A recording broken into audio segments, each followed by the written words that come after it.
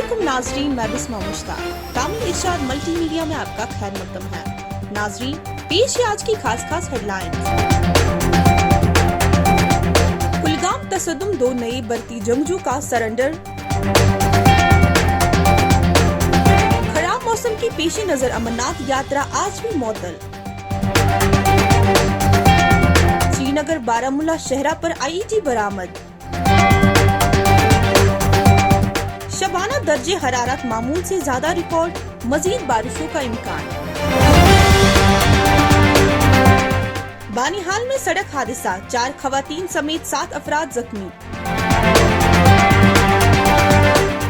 गिरफ्तार मिल्टन तालिब हुसैन के ताल्लुकात की जांच पड़ताल जारी, पुलिस सरबराह दिलबाग सिंह।